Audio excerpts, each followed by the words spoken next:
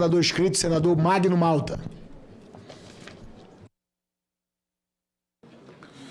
Senhor presidente, Davi Alcolumbre, senhores sabatinados, ou sabatinandos, não sei não, se é qualquer um, tá bom.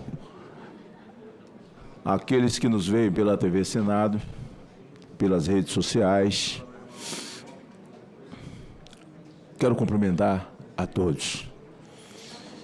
Eu estava nessa casa quando o CNJ foi criado. Participei da criação, das discussões.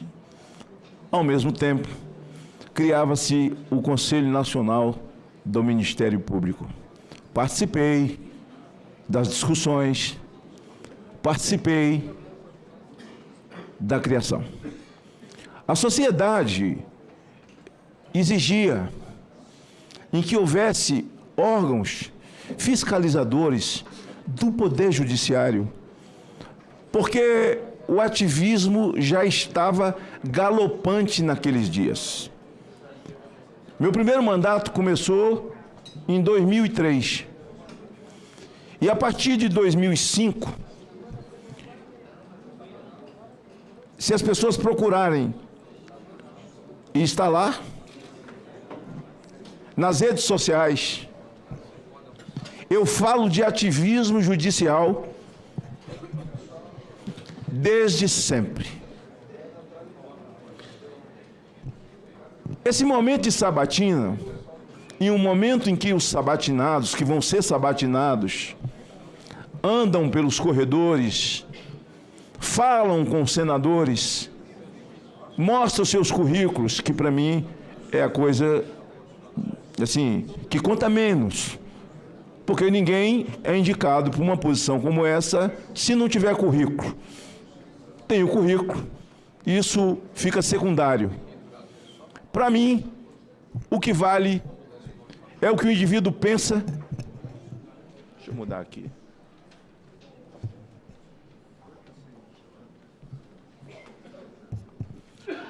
É o que o indivíduo pensa, qual a sua visão de país, de mundo, e qual é, de fato, o que ele pensa sobre o comportamento do judiciário. Infelizmente, o CNJ se tornou um poder. Não foi criado para isso. Mas nós, legisladores, erramos ao criar a estrutura, senador Davi, do CNJ. Nós entregamos a presidência do CNJ ao presidente do Supremo. Entregamos 2 plenários para um homem só. E o que ocorreu a partir disso? O CNJ começou a ser usado como um sugestionador para o Supremo executar aquilo que não está na Constituição. Aos poucos, o CNJ foi gostando, foi criando massa muscular e hoje decide, age como legislador, o que não é o erro que nós cometemos. Quando o PL 122 estava nessa casa, e que tinha o nome de PL da homofobia, Joaquim Barbosa era o presidente do Supremo e do CNJ. Não tem pauta. Ele chegou lá e simplesmente mandou dar uma ordem para os cartórios que podia realizar os casamentos homossexuais. Nada contra a opção sexual de ninguém. Só estou fazendo um histórico. E simplesmente o CNJ mandou a ordem, coisa que não passou pelo parlamento. A questão da Covid. Eles pegaram uma sugestão que partiu do CNJ para dizer que era necessário diminuir a população carcerária para que eles não pegassem Covid, mas por via de consequência trancaram a população civil e de bem por 4 meses. E tiraram os poderes do presidente da República. A violação de direitos no Brasil hoje, do cidadão de bem, o CNJ foi constituído para poder tomar providências e julgamentos de comportamentos éticos ou não éticos de magistrados. O caso da ministra, da advogada Ludmilla, que está nos Estados Unidos, foi embora.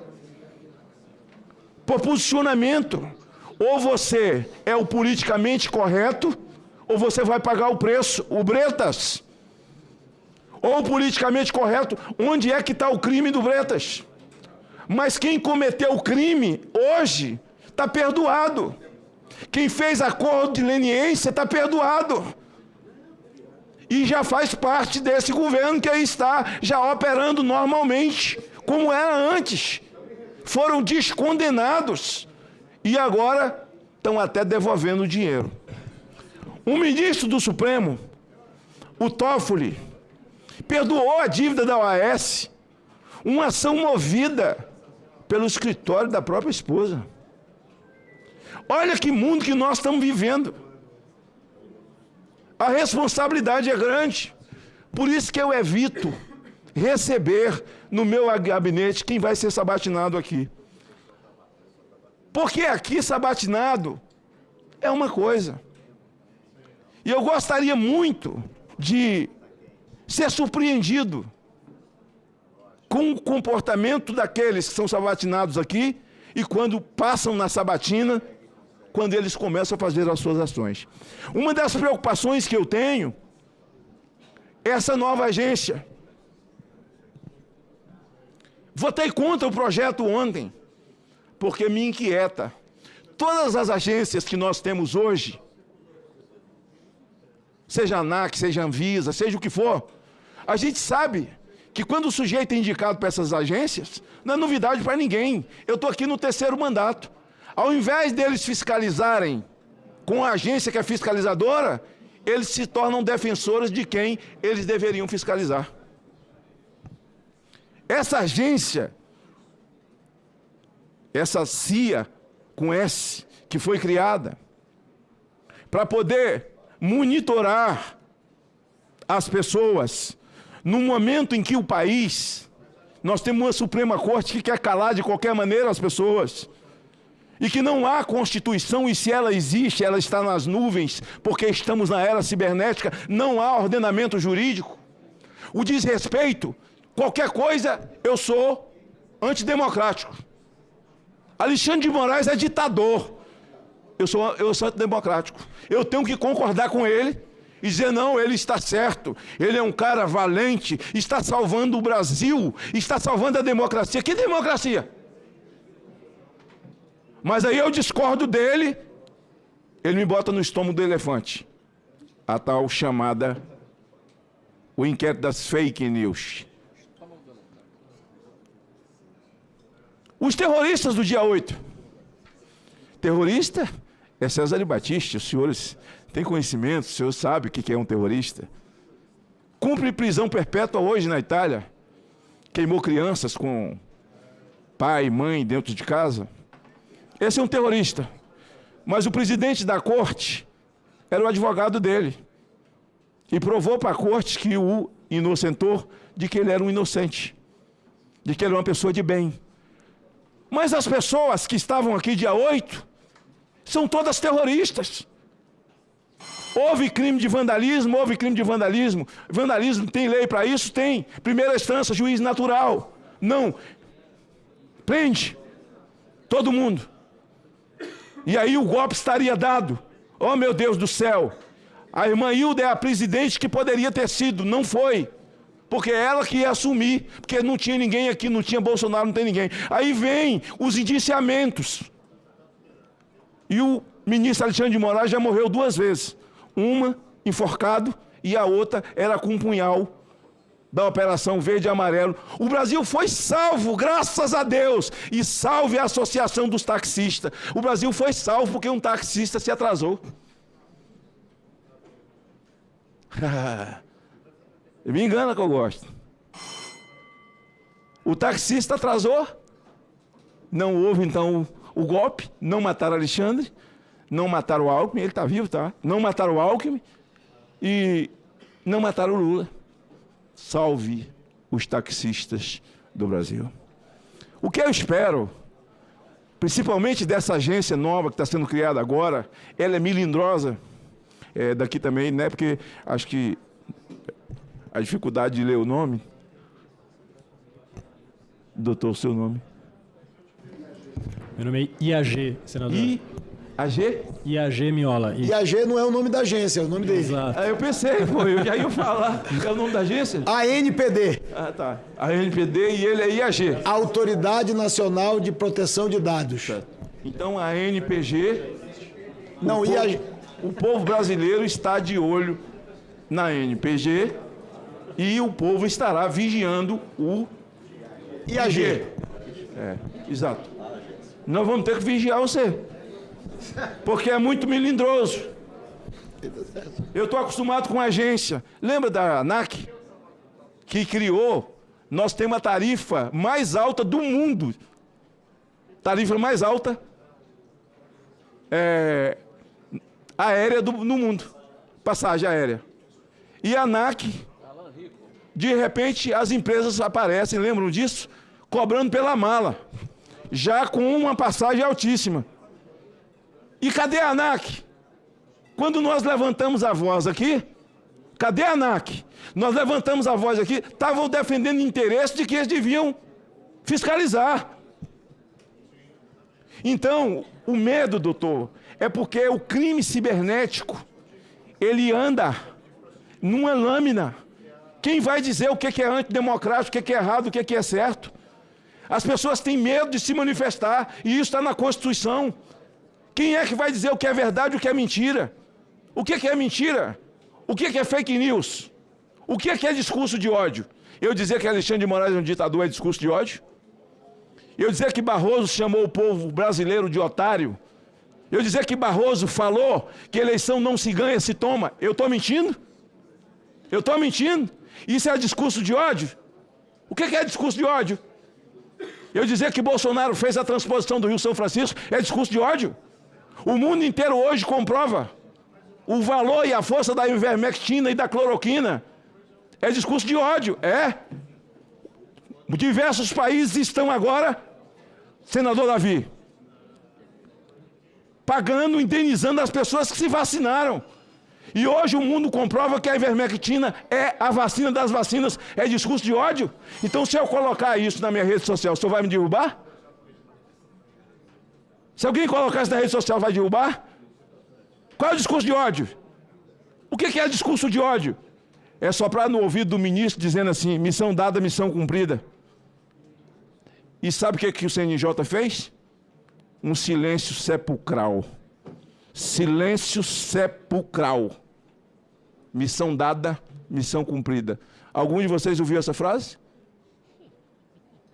Ouviu? Alguém aí tem alguma coisa roxa no corpo para chegar lá e reabrir esse trem? Missão dada, missão cumprida. É discurso de ódio, né?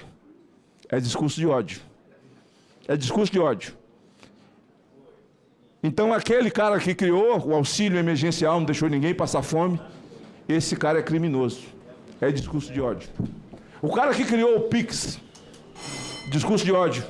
Senador Magno. Não pode falar. Fala, presidente. Já 5 minutos, eu estou precisando ainda. Vossa Excelência, candidato a presidente, precisa saber fazer campanha. Eu tenho 5 minutos ainda. Então... É porque eu tenho que seguir o regimento. Ah, é? Eu sei dos meus 5 minutos. Obrigado, Mourão. E ele não tinha nem feito a inscrição. Não, quando fala... Se inscreva, Mourão. Então, quando você falou em regimento ali, o general já se aprumou, né? Porque regimento, normalmente, é dentro da caserna, né? Regimento é na caserna. Então, a mim, me preocupa muito. Sempre votei dando um voto de confiança àqueles que são sabatinados aqui. Mas as minhas decepções, elas são absolutamente maiores do que as gratas satisfações. No lugar onde está o general, foi o lugar que Alexandre de Moraes sentou para ser sabatinado. E eu estava sentado aí onde Moro está sentado, frente a frente com ele. E eu disse a ele uma frase: vocês, para botar a toga nas costas, vendem até a mãe. Discurso de ódio, né? Sabe por quê? Porque ele tinha feito um discurso maravilhoso de 20 minutos, falando sobre liberdade. Ninguém consegue falar sobre liberdade mais do que ele falou. Lindo, profundo. Nessa mesma cadeira, o Fachin falou uma frase para mim. Quando eu mostrei que ele era militante, que ele era petista, que ele era isso, era aquilo, era um petista, um militante. Ele disse: senador, quando o homem põe a toga nas costas, muda tudo, começa do zero. Eu disse: não, advogado. Um homem nunca será separado das suas convicções. Vejam só, ele tirou o Lula da cadeia e disse que não cometeu o crime. Foi uma inteligência de Zanin? Nossa, que advogado nobre, inteligente. Encontrou uma filigrana jurídica. Não foi. Encontrou uma filigrana geográfica. Não era em Curitiba, era em Brasília. E o cara está aí na presidência da República tocando o terror. Aí é o seguinte, é crime de ódio quando eu falo isso? Deixa eu falar para vocês, sabe essa história das bets aí? Essa carência que eles receberam gera 9 bilhões. E se contar com os prejuízos, não recolhimento de impostos, a renúncia fiscal, em 6 meses, se eles não pagaram os 30 milhões para ter as autorizações e estão recebendo uma renúncia fiscal até o dia 31, chega a 180 bilhões. Eles não precisavam nem taxar a coisa da Shopee. Não precisava taxar carne, não precisa taxar nada. Não precisava nem essa reforma tributária, que não é uma reforma tributária, é um compêndio ideológico. Então eu quero desejar aos senhores, eu sonhei muito em ser advogado na minha vida, desde menino. Eu queria ser advogado. Nossa, meu pai me levava para ver júri quando eu era menino, senador Davi. Eu ficava encantado com advogado e via como aquela capacidade de tirar o jurado do lugar deles e colocar no lugar do réu. Eu tinha um sonho, e eu espero que os senhores que têm formação jurídica, aquele sonho de fazer justiça, aquele sonho de não se acovardar, de não se amedrontar, e saber que tudo na vida é passageiro, é como uma nuvem, ela aparece e vai embora rápido, diz a Bíblia, tudo é pueril e fútil. Jesus disse isso. Louco, se hoje pedir a tua alma, o que tem preparado para quem será? E qual é o futuro dos nossos filhos com esse ativismo desgraçado judicial? E a falecida Constituição nem existe. Os senhores estão indo para posições importantes, encontrar com colegas importantes. Quando eu falo isso do CNJ, lá tem gente digna, importante, conselheiros. Não quero citar o nome aqui para não cometer injustiça, mas que votei com muito gosto. E eu espero que vocês se somem àqueles que para lá estão indo. Eu tenho uma decisão na minha vida sobre o Supremo. Qualquer um que foi indicado para o Supremo, sendo advogado, já tem meu voto contra desde hoje, desde ontem. Eu não voto para Tribunal Superior em advogado. Tem que ser alguém que já decidiu, juiz, escolado, experimentado.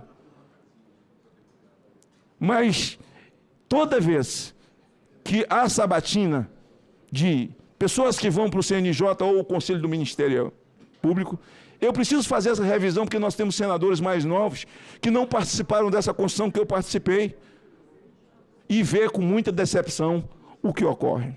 Então, é uma consideração que eu estou fazendo. Se alguém quiser falar alguma coisa do que eu falei, fiquem à vontade, mas principalmente o nosso querido da nova agência ali, e o meu voto contra o projeto ontem foi exatamente por causa da agência, né? Eu gostaria de que o senhor realmente me dissesse, o Flávio disse, quem é que vai dizer o que é certo, o que é discurso de ódio, o que é discurso de ódio? Qualquer esquerdista nesse momento que está ouvindo a TV Senado está dizendo que eu estou fazendo discurso de ódio, sabia? Eu estou fazendo uma fala de ódio, sabia? Não, só estou falando a verdade. Então a verdade virou ódio? A verdade virou ódio? Não. Não virou ódio. Então tá bom. O que é discurso de ódio? Dizer que pedofilia é crime?